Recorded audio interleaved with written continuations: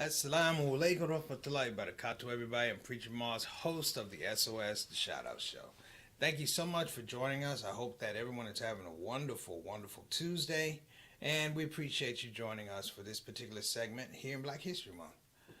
Today's segment, Understanding Our Black History, we will be dissecting Bill Cosby. Now, I know you're probably thinking, why Bill Cosby? Because, brothers and sisters, there was a conundrum with Bill Cosby, ran into his present problems or past problems, however you want to relate to them. But what is undeniable is in the aspect of black entertainment, a lot of the advances that we have would not have occurred without Bill Cosby. This program, brothers and sisters, I look for answers. When I say dissecting, we will dissect aspects of the Bill Cosby because for me, in a lot of regards, when we have conversations, people really only knew Bill Cosby up to 1984 when he started the Cosby Show. And people relate to him, 84, America's Dad. But before then, he was in a space, in a let's say, graduating class of comedians of George Carlin, Richard Pryor, of course, the incomparable Dick Gregory, and Red Fox. And in that space, as well as Flip Wilson, let me throw that in there. And in that space, brothers and sisters, there was a juxtapositioning, if you will, a framing in terms of what black activism will be.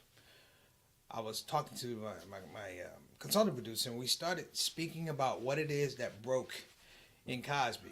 You know, one of the big discussions when they had the new museum, African American museums at the Smithsonian in Washington, D.C., there was a section where they didn't know whether to put Cosby in that piece of history or not. And I today would like to back up because I want to share some information with you. Not so much that we make our minds, but to fill out that picture. And in some regards, I am looking for what happened between Bill Cosby and some of the clips I'm going to show to Bill Cosby talking about what was he doing with the pound cake. Now, I'm going to ask you guys for a little bit of leave here because this thing is not easy to negotiate or navigate some aspects of Bill Cosby. It's difficult even for myself. I first met Bill Cosby when I was younger. It was a march on Washington, and we were saying that the check had bounced. You know, Martin Luther King said, you know, America, he wrote a check, and America's check bounced. And I was a marshal. I had a program with my mother, and we went down to the Capitol area, and I was a marshal, and I had my band, and I one of the biggest moments I remember was marching. We were marching together with our arms locked, and on this side, Mr. Dick Gregory, and on this side, oh my gosh, it was Bill Cosby. And as a kid, I said, it's the cause. And that emotion, brothers and sisters, says something about black history. That sometimes we have to look at the aspect of black history in terms of the way Carter G. Woodson said it. That we have a serious examination of our history, not just our highs and our achievements, but the things, brothers and sisters, that caused us pain, the things that caused us chaos, because those are the things, summarily, that may be holding us back as we move forward. So, I'm going to go ahead and start this show. We got a lot of content to go through. I thank you. And before I go, first of all, I want to give a shout out. I got a great card today in the mail. It says, you have a powerful voice. This is for my good friend Dawn Henderson in Washington, D.C. She is a Washington, D.C. comedy veteran.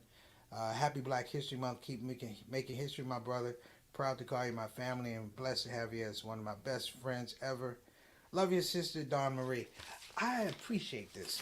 And I would like you guys, if you have anything to throw up, it doesn't need to have a big comment, just something positive about something going on in your day, something that you like on the show, something like that. You know, say something positive. You know, if you're celebrating Black history, shout out one of your Black history heroes. We're going to do that. I apologize because yesterday I jumped off so quick with sponsors. I didn't allow for comments at the end. So today I'm going to allow for comments at the end, if you allow me to extend the show a little bit, if you don't mind.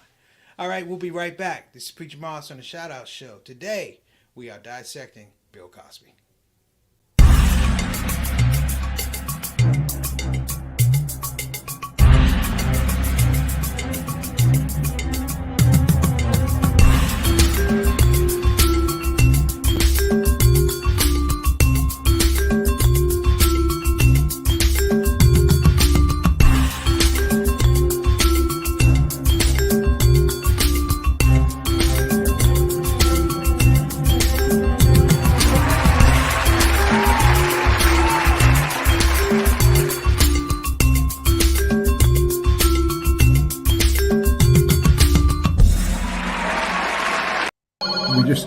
We just need help.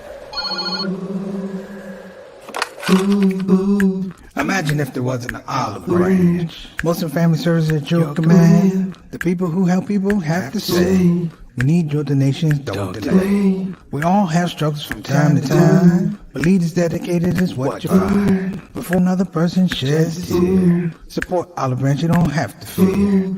Olive Branch Muslim Family Services. Action you can see, compassion you can feel. Sing it with me. Ooh. Ooh. Today we're dissecting Bill Cosby. Bill Cosby is polarizing, but I want people to know before this issues of the rape convictions and the rape accusations, he was a polarizing figure before then. A lot of people don't know that Bill Cosby was not the first comedian in terms of black comedian. It was Dick Gregory. Dick Gregory appeared on the Jack Paar Show, and for myself and every other black comedian who is of salt and has education of the entertainment business, without a Dick Gregory, many of us are not where we are. Not only is he the first one to go on the White Show and sit on the couch with Jack Paar, the host, but he opened the door for a lot of us who had no other aspirations other than getting on the show. His was about equality and access. Roughly 2 years after Mr. Dick Gregory appeared on the Jack Paar Show, a young comedian named Bill Cosby appeared on the show. Now, people said he was raceless because he talked about things that didn't offend white people, whereas, of course, Mr. Dick Gregory went straight at it. The truth of the narrative, brothers and sisters, is that Bill Cosby was very much like Dick Gregory, but he was after Dick Gregory. He was a thinker, and he investigated aspects of race, but it never came out in his act. It came out in special projects, but you would never see him on stage talking about race the way he would do in specialized audiences. I don't want to say specialized audiences like he was safe, but clearly when he got to a point where he could sustain the hits, if people go, hey, that's not the Fat Albert guy, that's not the I Spy guy, you have to remember that he was deeply rooted in the civil rights movement. We don't hear a lot about Cosby because we have people like Dick Gregory. We have people like Nipsey Russell who were there in the beginning, and also a shout out to George Kirby. I'm going to show you a clip after I introduce everybody to this show, but I want you guys to listen to this clip when I bring it up. I'm going to go ahead and get our people in here. Who we got today? Altaf. Assalamu alaikum wa rahmatullahi wa barakatuh. I mean, wa alaikum assalam wa rahmatullahi wa barakatuh, brother. I'm giving you the greeting.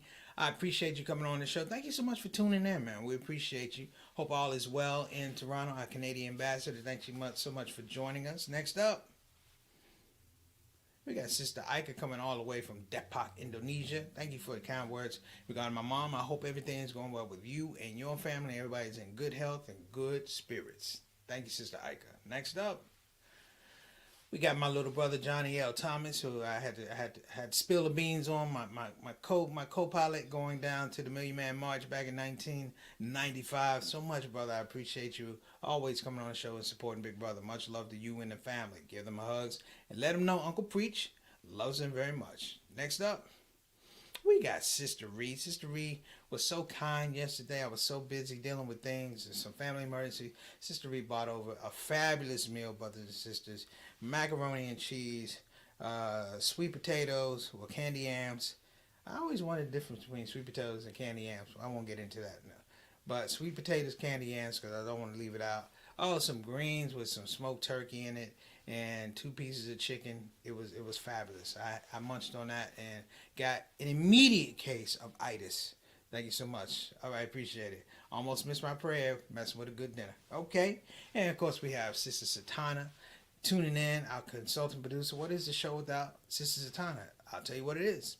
It's really a show with you, my face, and the camera about right here, because I can't do anything without those extra hands. So let's get into dissecting Bill Cosby. I was speaking to somebody earlier, and people don't realize that after Cosby's show went off, the aspect of comedy, particularly African Americans, changed. We weren't trying to be the squeaky clean guys following Cosby. There was issues, like we talked about in the Million Man March. There were issues. There were issues about black images, being criminalized. There was high unemployment. Education was down. Access was down. We were dealing with, in my regard at the time, a very ineffective president with Bill Clinton. You were at the precipice of three strikes, you're out. So you see all these things happening. And the inner city problems spilled out into comedy. But before that, for quite a number of years, there reigned Bill Cosby in the character of Cliff Huxtable. Cliff Huxtable is a very interesting character for some of the reasons I'm going to tell you here in a minute. Erase all of that a little bit. Not erase it, but hold on to it a little bit. I'm going to introduce an aspect of Greek mythology. So hold on, because I didn't study Greek mythology.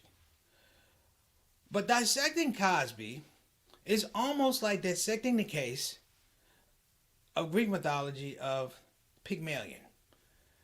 Now, the scope of Pygmalion is that Pygmalion was a king, but he was also a sculptor, a very gifted sculptor. And one of his sculptures, he sculpted out of ivory a woman. And the work of art was so lovely, he falls in love with the art to the point he wishes it was real. And in the Greek mythology, he goes to Aphrodite. Aphrodite hears him. He goes back and he kisses the stone. He kisses the sculpture. The lips feel warm. Keeps kissing the stone. And it turns out to be a woman. And they have a family, have a child. Okay, let's stop right at that part. Bill Cosby, brothers and sisters, sculpted something. Much the same as a Tiger Woods, he sculpted an image. And the issue about sculpting an image is, once it's sculpted, you can't put pieces of the stone back on the sculpture. When you chisel it, it can't go back. You're making definitive decisions about what that art is supposed to look like. Bill Cosby did that for quite a number of years. Now, a lot of you folks don't know, and you don't have to know, but during the civil rights years with Dick Gregory, when he went all out, and he stopped performing literally during the 60s to do these protests and sit-ins, you know, and airlifts and things like that. It was Bill Cosby who went around and did all of Dick Gregory's gigs, and he would give Dick Gregory the money because he supported him. He wasn't Dick Gregory in that space, but he supported him, brothers and sisters. And dare I say, at some point in time, he did want to be Dick Gregory, but that position was filled. And then he was I Spy, and through the 60s he did that, and he was careful sculpting that role, brothers and sisters. He was the intelligent Negro. He was, in some regards, harmless, and, you know, he was family friendly. But was he? Was Bill Cosby's Pygmalion really the fact that he had these underlying feelings that you just didn't see? Let's go ahead and roll this clip, Satana. I just want people to see. This is Bill Cosby in a piece called Prejudice, where he decides to play he's playing the role of the bigot. So if we can roll that, that'd be great. What did you think, or what were you told as a kid about the Amos and Andy show? Okay, we got the wrong one. Let's go with the cue. There we go. Thank you. Never cared for Jews either. Pain in the neck. All of them. Haven't met one yet that wouldn't walk right up to you and tell you he's a Jew. I don't want to hear that. Make no difference to me that you're a Jew. Why are you a Jew anyway? In the first place, you just want to cause trouble. Let somebody know that you're something. I don't care. They got all the money anyway. Loan sharks, all of them. Jews, no good. Brag about their holidays. I want to tell you about, well, we had a bris for this, we had a bris for that. Pain in the neck.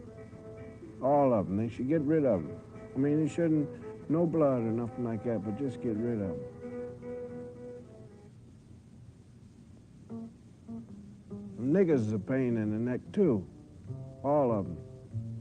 Blackies. Now, damn revolution, they come around, want you to call them black. I don't call them black. I call them just as I see them. Niggers. When I see one, I let them know I don't like them. I spit. Tooey. Not one of them's got a job. Every one of them's on welfare, begging the country. And then demanding this, demanding that, marching down, littering up Washington, D.C. Littering it up. I watched them on TV. I spit on the TV set. Niggers. They should get rid of them. I mean, you don't have to cause bloodshed or nothing like that, because I'm against bloodshed. But just get rid of them. Put them someplace where you can't hear them yelling and begging, because they don't have anything. And if you give them something, they just dirty it up.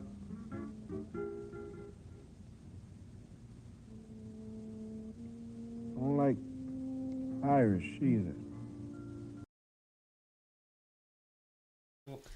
For many of you, that might be the first time you heard Cosby do that. He was doing an enactment where he played prejudice. It looks odd because if you didn't know the context of how I introduced the video, you might think that Cosby possibly made this yesterday. The inference of prejudice is a very heavy thing throughout his life and throughout his comedy, because he tried to keep them diametrically opposed. While he helped a lot, brothers and sisters, I mean, he contributed a lot, philanthropic efforts a lot. On the other side, there was this balancing act that had to happen. It's scary because we began to wonder, as a conversation, it re-enters my mind speaking to Mr. Dick Gregory on his 80th birthday. He says, sometimes you can outlive your purpose. And if your purpose is chasing an image that you possibly, one, cannot catch, but possibly two, cannot maintain for you to catch it, he said, that is a recipe and a pathway to madness. I would throw out to you, brothers and sisters, that literally after the Cosby Show ended, I don't remember hearing a lot about Cosby in terms of comedy, unless it was speaking about other comedians. Just like in that clip, if you put black comedians in there for niggers, you're going to have a large argument about how he was with other black comedians. Now, I won't say is it about him being displaced. Is it about him trying to keep a foothold in the modern landscape for comedy, cultural relevance, and all those things? The question is, something broke.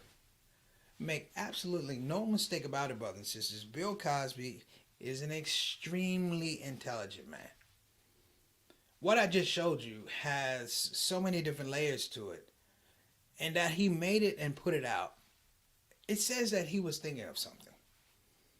That space of being socially responsible, balanced against some regards being absolutely reprehensible, is the aspect that we have to deal with when we talk about Bill Cosby in our modern black history.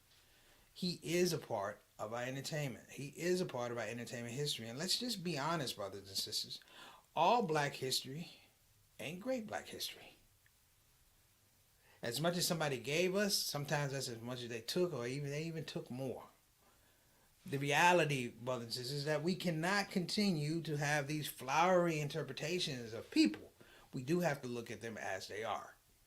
You're going to have to take the good with the bad. When I say dissecting Bill Cosby, I don't mean I'm a psychologist or something. I can only go with things that I see, things that I heard. I mean, believe me, I had my own exchange with Mr. Cosby in 2004, ironically, in the city of Philadelphia, where he was actually later arrested and convicted of raping Andrea Constand.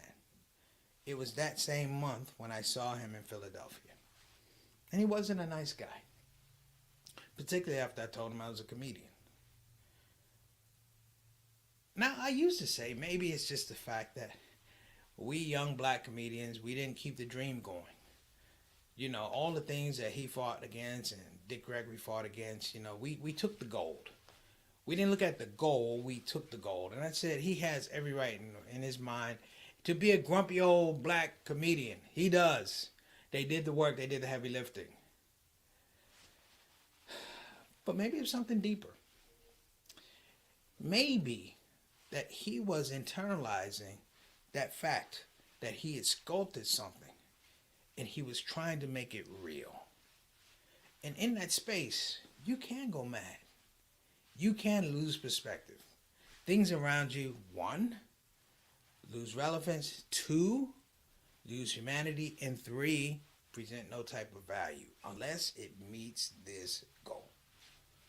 Yes, ironically, these are the things that are associated with a serial rapist or serial killer. Whew. But I'm trying to find the words for what it is that Bill Cosby was and is. There's a special on Showtime if you want to watch it. It says we have to talk about Bill Cosby. It's a 4-part special. Kamal Bell.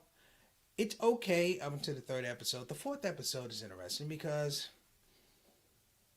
they filmed this production with the idea that when the production came out, Bill Cosby was still being in prison, but he was released.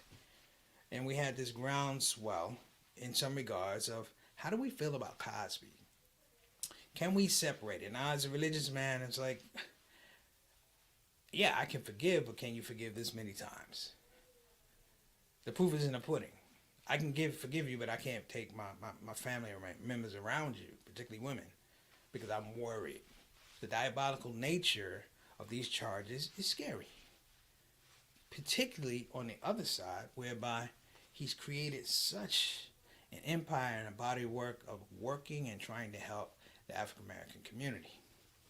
So, we're going to be back briefly. Let's go ahead and run that commercial, and we'll be right back.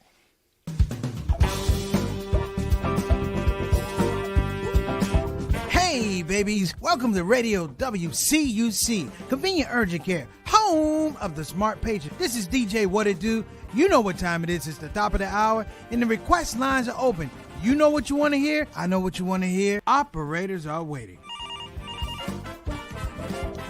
I just got to hear Don't Get the COVID. Don't get the COVID. Put your mask back on. The Delta COVID, more contagious than before. Don't get the COVID. Go on and get the vaccine. You know that it can keep you safe, and your people living up in your space. Don't get the COVID. You need to wash your hands. The Delta COVID is more deadly than before. Don't get the COVID. Go on and get your vaccine. You know that it can keep you from dying. Don't leave your family all alone and crying. Don't get the COVID. We invite you to join our fight against COVID and against misinformation. It's time to listen to the doctors and trust the science. When I think of people dying that don't have to die, it makes me sad. Now is the time to be sober. Together we can make this thing over. Let's fight the COVID.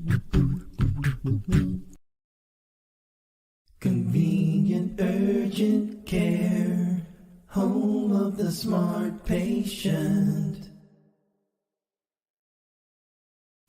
All right, shout out to Convenient Urgent Care. So listen, brothers and sisters, the second part of this, I thought it was interesting to hear Bill Cosby talk about racism. Because in my mind, when I go to dissecting Cosby, just like that Pygmalion example, Cosby's example of success in America had been further and further and further associated with white America. In some regards, brothers and sisters, white America had embraced him. This was a black man they were calling America's dad. That has to be intoxicating. But he elevated, much the same as O.J. Simpson, he elevated to the point where in some regards, we didn't recognize him. In some regards, we said Cosby is Cosby, but we didn't say Cosby was black. And that begins this larger discussion that we're going to have right now. Now, I want you to pay particular attention to this clip of Bill Cosby on the Dick Cavett show. We're only going to look at like 3 minutes of it. We're going to cut off and come back. But please take a really, really good listen of Bill Cosby on the Dick Cavett show talking about racism. The question was about the old show, controversial show at the time, Amos and Andy. Let's go ahead and roll. What did you think, or what were you told as a kid about the Amos and Andy show? First of all, this is going to take a while because you have to run down, as a black man, as a black boy, what the thought was in order to get through to the establishment and to gain acceptance. See, in the 40s and the 50s, most black people were trying to gain acceptance. So the idea was to imitate the black. I mean, whatever you want it to be. You want to be a black businessman, so you spoke as the black businessman would speak, and you would dress as he dressed with the three-piece suits, and you would act that way to gain acceptance, you see, and you would talk, so forth and so on, and you wore an Ivy League haircut the same way that he did, and so forth and so on.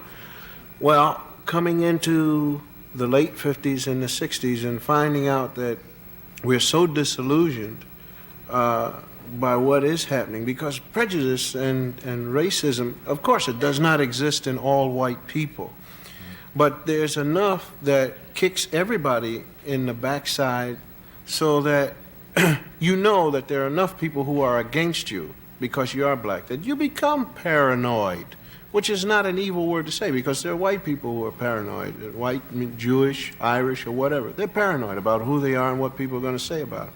I happen to feel that man himself will always be against somebody.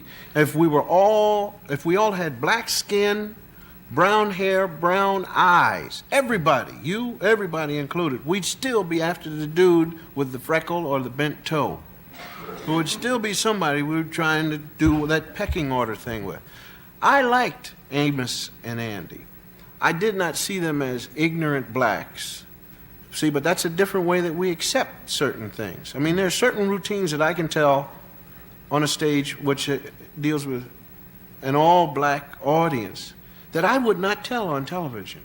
Wouldn't allow it, because there are some white people who would laugh at that and say, yeah, that's them, and that's why they ain't going to get the so forth and the so on. You understand what I'm saying? So Amos and Andy had to be taken off, although I enjoyed it. Although in the confines of my own home, we might say, yeah, Brother Andy, we're going to do the so forth and the so on. But we don't want the white people laughing at us, because so far, you know, it's just, America has allowed these people who are against us to still exist, you see. Now, we run into busing problems. I can understand every white bigot's problem with busing. I can understand every white person who doesn't want their child to go to all the way across town to that school because they moved away. Do you have to be a bigot to be against busing? Not necessarily, not necessarily. But my next step is this. There are enough bigots who use the genuine cat. And we have black people who have bothered to run and hustle and save and move away and get away from the rats in the project and the plaster falling and so forth and so on, which is every man's right to do, to move out of there. And they too are affected by this busing thing, because you may have some middle-class black kids who are now being bused back to where the dude moved out of. You understand? Yeah, I'm not saying that these people have a right to. All I'm saying is that there is a solution to this, which the government itself has not made an effort or a step to take care of. So we...